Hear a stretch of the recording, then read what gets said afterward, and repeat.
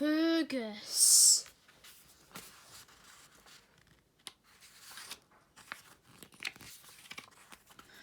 This is the story of Fergus, a little traction engine who always liked to do things right. But one day I asked him to help with Bill and Ben at the quarry. But poor Fergus wasn't used to their tricks. Read about the trouble they had caused him. Fergus was the little blue traction engine that was the pride of the cement works. He loved his work, he knew all the rules and always stuck to them. One morning he was chuffing cheerfully on the island of Soda on his way to do a special job for the Fat Controller. As Fergus reached the station, there stood Thomas. He was waiting for his passengers to board Annie and Clarabelle. Thomas gave a friendly peep on his way. "Hello, Fergus," he said. "I'm off to work in the quarry today, Fergus," he told Thomas proudly. "Watch out for Bill and Ben," Thomas warned. "They like to get up to mischief." "Thank you, Thomas. I won't let a couple of rascals get the better of me," wished Fergus. When Fergus arrived at the quarry, Mavis and the twins were waiting for him. Mavis was pleased that Fergus had come to help, and they set to work straight away. "I'm afraid the trucks are in a mess," she said. "Don't worry," puffed Fergus kindly. "We'll soon sort them out together." Bill and Ben grinned with delight. "Now we'll have some fun," whispered Ben. "We'll have the old boiler in a spin," steamed Bill.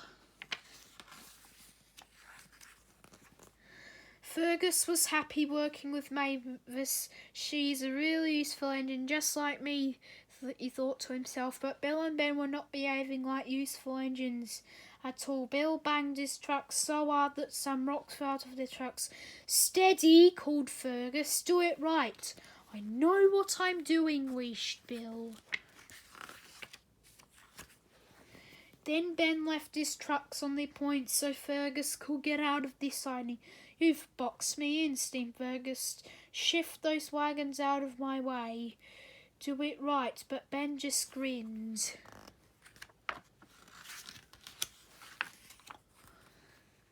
Then the next day the works crew was blasting rock. Then a siren sounded to tell the engines that there was danger ahead. There was a loud boom and a cloud of dust filled the air. "Wait for all the clear to listen for the siren," Fergus told Bill and Ben. "Do it right." "There he goes," said Bill. "Do it right, do it right. That's all he tells us from morning until night. Keep big your funnel out of our quarry," huffed Ben. Ben huffed rudely. Later, the quarry master sent Bill and Ben to collect a new rock crusher from the harbour. Fergus spent a happy afternoon shunting the trucks with Mavis. The quarry was a much more peaceful place without the twins around. At the harbour, Bill and Ben were still cross with Fergus. "He's always telling us what to do," moaned Bill. "He always says do it right," said Ben. "Next time he tells us what to do, wished Bill. "We'll do it wrong," Ben said. With the rock crusher safely loaded onto the flat truck, Bill and Ben steamed back to the quarry as quickly as they could. The rock crusher was heavy and it made the rails shake all the way back. Fergus was waiting for Bill and Ben to arrive. The blasting had made the rock face feel unsafe. He called to them, "Stay away, do things right." Bill and Ben didn't listen. They rattled their load towards the cliff as roughly as they could. Suddenly, the loose rocks and stones began to fall from the rock face. "Look out," wished Fergus. "Help," wailed Bill and Ben together. Fergus steamed toward and banged into Bill and Ben out of the way. His driver jumped clear just in time, but the falling rocks buried Fergus right up to his funnel. Mavis and the twin engines worked busily, carrying away rocks and rubble. It took It took a long time to dig up poor Fergus out, but no one worked harder than Bill and Ben trying to rescue the little traction engine. They didn't moan, and there was no tricks. They wanted to do things right. At last Fergus was free. Bill and Ben were ashamed of themselves.